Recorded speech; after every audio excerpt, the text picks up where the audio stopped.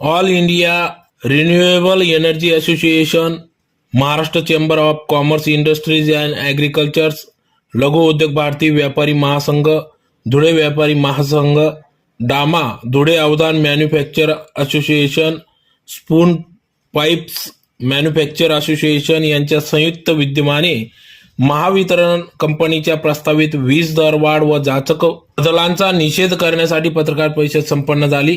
दिनांक 5 जुलै 2025 रोजी धुळे शहरातील IMA हॉल या ठिकाणी महावितरण कंपनीच्या प्रस्तावित वीज दर वाढ व जाचक बदलांचा निषेध करत या ठिकाणी पत्रकार परिषद घेण्यात आली. तर याबाबत मोठं आंदोलन करण्यात येणार असल्याचे या ठिकाणी या पत्रकार परिषदेतून इशारा देण्यात आला. त्यामुळे लवकरात लवकर शासनाने याबाबत दखल घेऊन महावितरण कंपनीच्या प्रस्तावित वीज दर वाढ व जाचक बदलांचा विचार करावा व लवकरात लवकर निर्णय घेऊन आम्हास न्याय मिळवून द्यावा अशी मागणी या पत्रकार परिषदेतून करण्यात आली.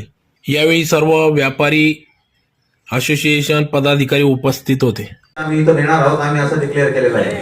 संपूर्ण महाराष्ट्रातील सर्व महाराष्ट्रातील लोक आहेत सगळ्या की त्यांनी आपला आपापसातला जो करार आहे तो करार भंग केला, म्हणून त्या कराराबाबत भंग काय बाबतीत जी काही कारवाई आहे ती केली जाणार आहे. आज सगळ्यात महत्वाचा मुद्दा आजचं जे पाऊल आहे ते जनजागृतीसाठीचं सोलर एनर्जी असोसिएशनने जनजागृतीसाठी हे पाऊल उचललंय की जेणेकरून 14 तारखेपर्यंत या सगळ्या वेगवेगळ्या ठिकाणी त्यांच्याकडनं आयोजित केलेल्या पत्रकार परिषद या सगळ्या महाराष्ट्रात आयोजित केलेल्या आहेत.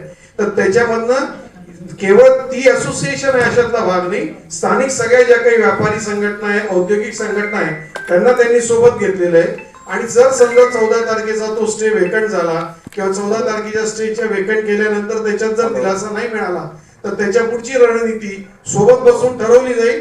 विरोध मात्र कायम राहणार आहे.